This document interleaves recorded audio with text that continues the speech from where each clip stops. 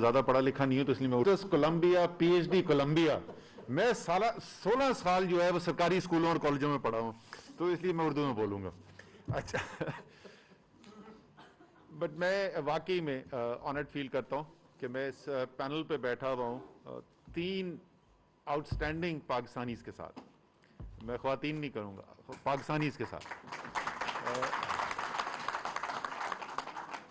جو کام شیرین مزاری نے پچھلے 3 سال کے اندر کیا ہے ہیومن رائٹس منسٹری کے اندر، اور جس قسم کی لیجسلیشن آئی ہے ہماری اسمبلی کے اندر، اور پورا صرف اس کو بنانا نہیں بلکہ پھر فالو کرنا اور اس کو leading it all the way through to approval, وہ اس میں لینڈ مارک لیجسلیشن شامل ہے. اور یہ صرف کوئی ایسا ہی کر سکتا ہے جس کو صرف ایشوز کا ادراک نہ ہو لیکن ایک پیشن بھی ہو، کمٹمنٹ ہو، اور دل سے جو کر رہا ہو، صرف اس لیے نہیں کہ یہ نوکری ہے اور اس کو پورا کرنا ہے. ثانیہ نشتر نے پاکستان کے سوشل پروٹیکشن فریم ورک کو ریولوشنائز کر دیا ہے. پاکستان میں ظاہر ہے یہ عمران خان کا ویژن تھا، اور مجھے یاد ہے جب بالکل شروع میں گورنمنٹ بنی تو میں ان کے پاس گیا. زیادہ تر اس سوشل پروٹیکشن کے ادارے اس وقت جو تھے وہ فائنانس منسٹری کے نیچے آتے تھے. میں فائنانس منسٹر تھا، تو میں نے ان سے 2 چیزوں کی اپروول لی تھی، اور میرے خیال میں وہ دونوں چیزیں جو ہیں انہوں نے بہت بڑا کردار ادا کیا اس جو اچیومنٹ ہوئی ہماری. سب سے پہلی تو ثانیہ نشتر کی اپوائنٹمنٹ، بڑی مشکل سے ان کو ہم نے کنونس کیا تھا آنے کے لیے. میرے خیال میں وہ بہت ہی اہم ڈیسیشن تھا. اور اس کے بعد سارے پروگرام کو سینٹرلائز کرنا، اور اس پورے طریقے کو جس طریقے سے ثانیہ لے کے چلی ہیں، میں ان کو مبارکباد دینا چاہتا ہوں ان کو. میرے خیال میں پاکستان کے وہ عوام جو طاقتور طبقے سے تعلق نہیں رکھتے، جو سب سے زیادہ کمزور ہیں، وہ ان کو ضرور دعائیں دیتے ہوں گے.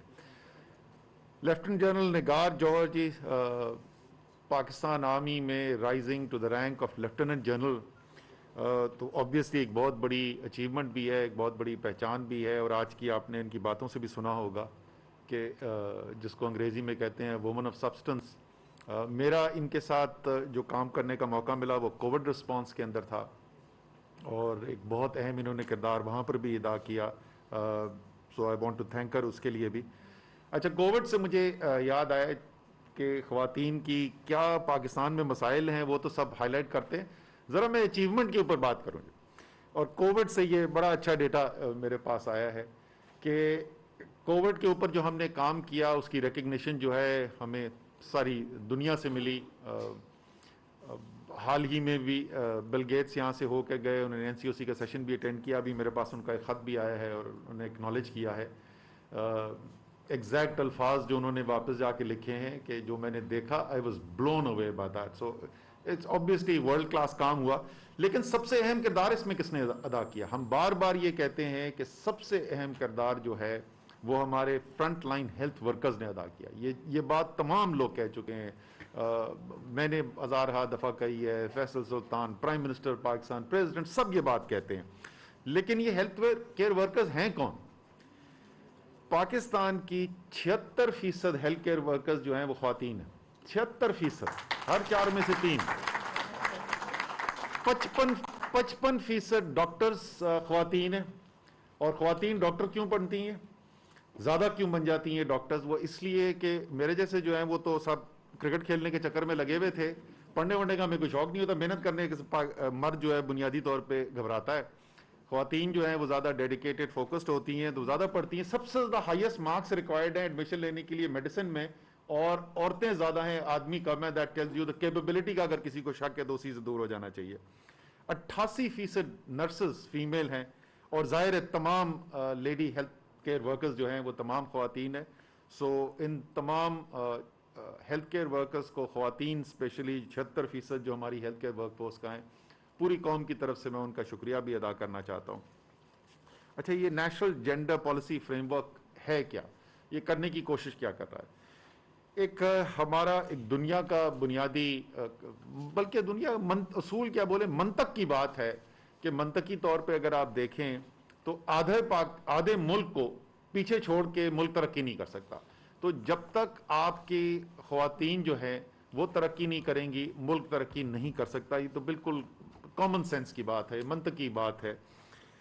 لیکن سوال یہ ہے کہ کیسے کیا جائے.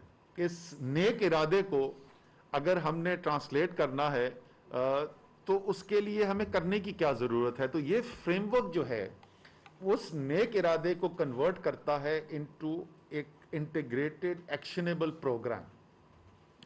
6 مختلف ایریاز ہیں جن کے اوپر یہاں پر کام کیا گیا، اور وہ انٹرنیشنل لرننگ کی بنیاد پہ یہ دیکھا گیا کہ کون سی وہ چیزیں ہیں کرنے کی جن کی ضرورت ہے، جس کی بنیاد سے ہم خواتین کی زندگی بہتر کر سکیں اور ان کے لیے وہ مواقع پیدا کر سکیں کہ وہ اپنے ملک کے لیے کنٹریبیوشن کر سکیں. سب سے پہلا تعلیم کا ایریا ہے، اور پاکستان میں تعلیم کا ایک اوور آل چیلنج ہے. اچھا یہ بھی میں بات کر دوں کہ بہت سارے لوگ یہ کہتے ہیں کہ بھائی مسائل تو مردوں کو بھی ہیں، اس میں کوئی شک نہیں، مردوں کو بھی مسائل ہیں، لیکن مردوں کے مسائل جو ہیں وہ کامن ہے عورتوں کے ساتھ، اور اس کے بعد کوئی خصوصی مسائل خواتین فیس کرتی ہیں ہمارے معاشرے کے اندر. سو تعلیم کے اندر ہم اوور آل ہمیں چیلنج ہے، ہم وہاں پر نہیں پہنچے ہوئے.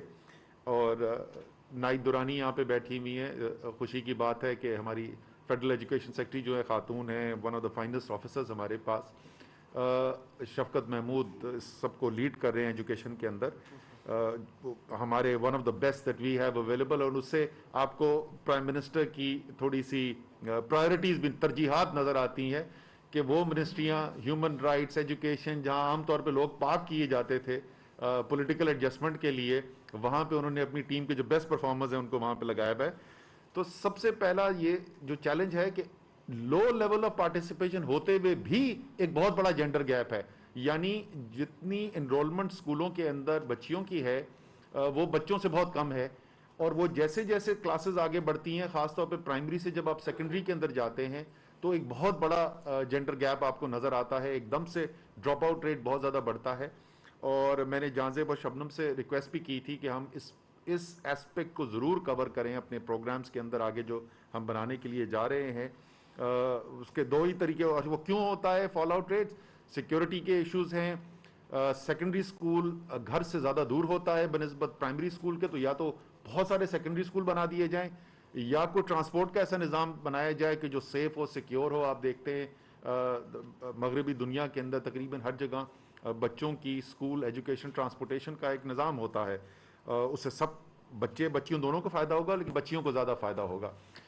پھر دوسری جو چیز ہے ہماری جس کے اوپر اس کے اندر کام کیا گیا وہ یہ ہے کہ وہ گورننس کا نظام جس کے ذریعے آپ نے اس جینڈر ایجنڈا کو آگے لے کر چلنا ہے، اس کو کیسے مضبوط کیا جائے اور اس کو کیسے اورینٹ کیا جائے تاکہ اس کی تمام ایسپیکٹس کے اندر یہ ہم ان بلڈ کر کہ ہم نے کس طریقے سے خواتین کو خصوصی توجہ دینی ہے، بچیوں کو خصوصی توجہ دینی ہے. مثلا ہمارے جو پی ایس ڈی پی بنتا ہے، اس کے جو پروجیکٹس کے پی سی ونز ہوتے ہیں، تو اس پی سی ون کے اندر جو ڈیولپمنٹ آؤٹ کمز ہم دیکھتے ہیں اس کے اندر ایک اسپیشل سیکشن ہو جو اس بات کو دیکھے کہ اس کا امپیکٹ جینڈر ڈسپیرٹی کے اوپر کیا ہوگا، اس سے خواتین اور بچیوں کے لیے کیا بہتری آ سکتی ہے. تو وہ ایک دوسرا آبجیکٹو ہے. پھر روزگار، تعلیم ملنے کے بعد روزگار جو ہے وہ مسئلے 2 پاکستان کے اندر مسائل ہیں. ایک تو میرے خیال میں بہت سیویئرلی انڈر کاؤنٹ ہوتا ہے پاکستان میں ویمن امپلائمنٹ. پاکستان کی معیشت چل نہیں سکتی اس محنت کے بغیر جو خواتین کرتی ہیں، اور تمام تر آپ پاکستان کے اندر اگر آپ دیکھیں گے تو ایون اکنامک ایکٹیویٹی کے اندر ایک بہت بڑا کردار ہے، لیکن ایک بہت بڑا چنک اس میں سے ایسا ہے جو ان ریکگنائز ہے، ان پیڈ لیبر ہے. سو اس کی بھی میرے خیال میں کوئی ہمیں میجرمنٹ سسٹمز جو ہے نا وہ بھی ماڈرن میٹرکس امپروو کرنے کی ضرورت ہے. لیکن امپلائمنٹ کے اندر بھی خواتین کے چیلنجز ہوتے ہیں جو اسپیشل ہوتے ہیں. میں آپ کو مثال دیتا ہوں اس کمپنی کی جس کے لیے میں کام کرتا تھا. بڑی پروگریسو کمپنی، ملٹی نیشنل ہوتی تھی پہلے، دنیا کی نمبر 1 فارچون 500 کی نمبر 1 کمپنی جو سب سے زیادہ سال رہ چکی ہے، یہ وہ کمپنی تھی. اس کے باوجود 2004 میں جب چیف ایگزیکٹو آفیسر بنا تو 40 سال ہو گئے تھے اس کمپنی کو بنے ہوئے، اور 40 سال کے اندر کوئی ایک بھی خاتون جو ہے وہ ڈپارٹمنٹ مینیجر نہیں بنی تھی اس کمپنی میں. اور آبویس آنسر اس کا یہ ہوتا تھا کہ یہ تو جی انجینئرنگ ڈومینیٹڈ انڈسٹری ہے تو انجینئرنگ میں خواتین جاتی نہیں ہیں. دوسرا یہ ہے کہ اس کے اندر فیلڈ سیلز والا کا بہت زیادہ کام ہے تو خواتین جو ہیں وہ ان علاقوں میں نہیں جا سکتی. اس وجہ سے نہیں ہوا. ہم نے ایک ٹاسک فورس بنائی اور اس ٹاسک فورس نے ہمیں 13 ریکمنڈیشنز دیں, اور اس کے اندر بالکل چھوٹی سی چیز ایسی کہ کار پارک جہاں پر ہے وہاں پر اگر روشنی بہتر کر دی جائے تو خواتین جو ہیں وہ سیکیور فیل کریں گی کہ ذرا لیٹ جو ہیں آفس سے واپس جائیں, ورنہ اندھیرے کے اندر ان کو ڈر لگتا ہے تو مغرب سے پہلے چلی جاتی ہیں. ڈے کیئر سینٹر ہونا چاہیے. اس سے لے کے اپریزل سسٹم جو جنرل نگار بات کر رہی تھیں